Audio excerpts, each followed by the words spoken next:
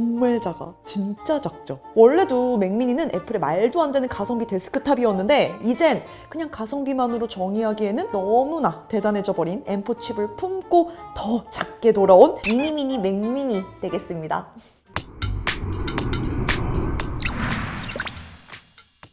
Hi guys! 고나고입니다. 최근 발표된 모든 맥 라인업 중 가장 많은 관심을 받고 있는 게 아마 맥 미니가 아닐까 싶은데요. 제가 또 맥 라인업 중에서 특히 맥 미니, 맥 스튜디오 이런 애들 꾸준히 사용을 해왔기 때문에 이번에도 M4 칩으로 업그레이드가 된 맥 미니가 가장 궁금했어요. 저는 M2 울트라 맥 스튜디오를 꽤 오랜 시간 메인 편집 시스템으로 사용을 하고 있어서 이번에 잘 나왔다고 아주 소문이 파다한 M4, 특히 M4 프로 맥미니로 셋업을 바꿔보기로 했습니다. 아무리 두 세대씩이나 차이가 나는 프로세서라고 하지만 울트라와 프로는 비교할 만한 급 차이가 아니죠. 그래도 제가 새로운 맥미니를 가장 정확하게 평가를 해보려면 매일 8시간씩 꼬박 빡센 영상 편집에 그대로 사용을 해보는 게 좋을 것 같아서 이번에 한번 바꿔서 도전을 해보기로 했어요. 오늘은 일단 업무 셋업을 간단히 바꿔보는 걸로 하고 제가 이후에 영상에서 성능에 대한 후기와 종합적인 평가는 따로 준비해서 공유하도록 할게요. 자, 새 미니 맥 미니 박스 사이즈만 보면은 홈팝 미니 같아요. 진짜 작네. 이 제품은 탄소 중립 제품입니다.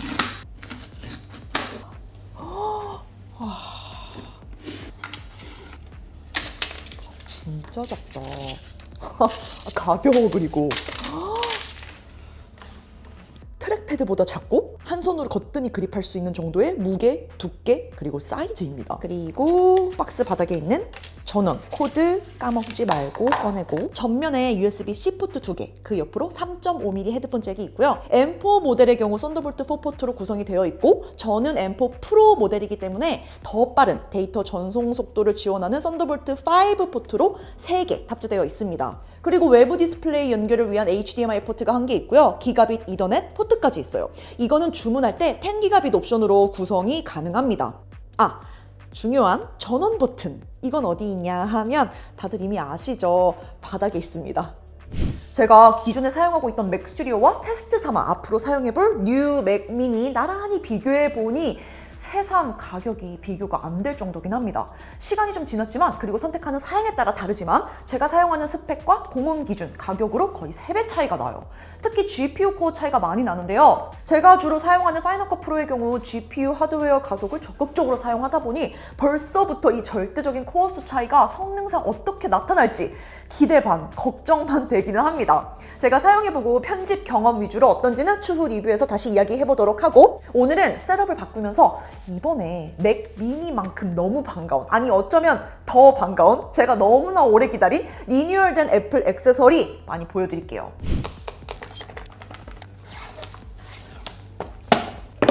그리고 박스 안에 케이블이 들어가 있는데 맥북하고 동일하게 좀 단단하고 줄꼬임도 덜한 이 브레이디드 충전 케이블이 이제 새롭게 적용됐습니다. 포트가 바뀐 것 말고는 다른 점이 없겠지 했는데 매직 마우스 바닥에 여기에 있던 애플 로고가 이번에는 없습니다. 아니 충전하면 바닥만 보는 제품인데 이거는 애플 로고라도 좀 보이게 해주지 왜 빼버렸을까요?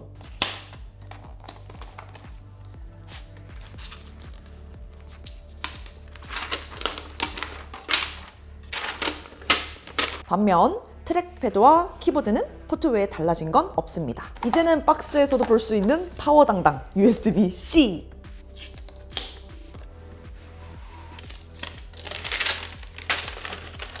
마찬가지로 바닥에 고무 패드 4군데 있는 거 똑같고요. 그리고 애플 로고도 똑같이 그대로 있습니다. 제가 예전에 애플의 역대급 실수 이런 식으로 영상을 만들면서 애플의 매직 마우스를 아쉽다고 많이 이야기를 한 적이 있었어요. 라이트닝을 여태까지 유지한 것도 기가 막힌데 막 한 달에 한 번 충전을 한다고 하더라도 충전 포트를 바닥에 두는 바람에 충전하는 동안 사용하지도 못하고 모양도 우스워지는 이상한 제품 중 하나라는 건 변함이 없죠. 적어도 이제는 라이트닝 케이블을 미련 없이 싹 다 처분할 수 있게 됐습니다. 정말 끝까지 라이트닝 케이블을 버리지 못하고 책상 서랍 어딘가 보관했어야 했던 유일한 이유들이었는데 얘네들이 드디어 라이트닝 케이블에서 해방되게 됐습니다. 잘 가라. 그렇다면 이 골치 아팠던 애플 정품 키보드와 트랙패드, 마우스를 저는 왜 굳이 라이트닝 케이블을 보관하면서까지 사용을 하고 있었을까요? 먼저 매직 키보드. 이게 안 써본 사람은 상관이 없는데 문제는 지문 인식 버튼이 탑재된 매직 키보드를 한 번이라도 써봤으면 이거 없는 키보드가 너무 불편해진다는 점에 있습니다. 그 핵심이 바로 터치 아이디인 거죠.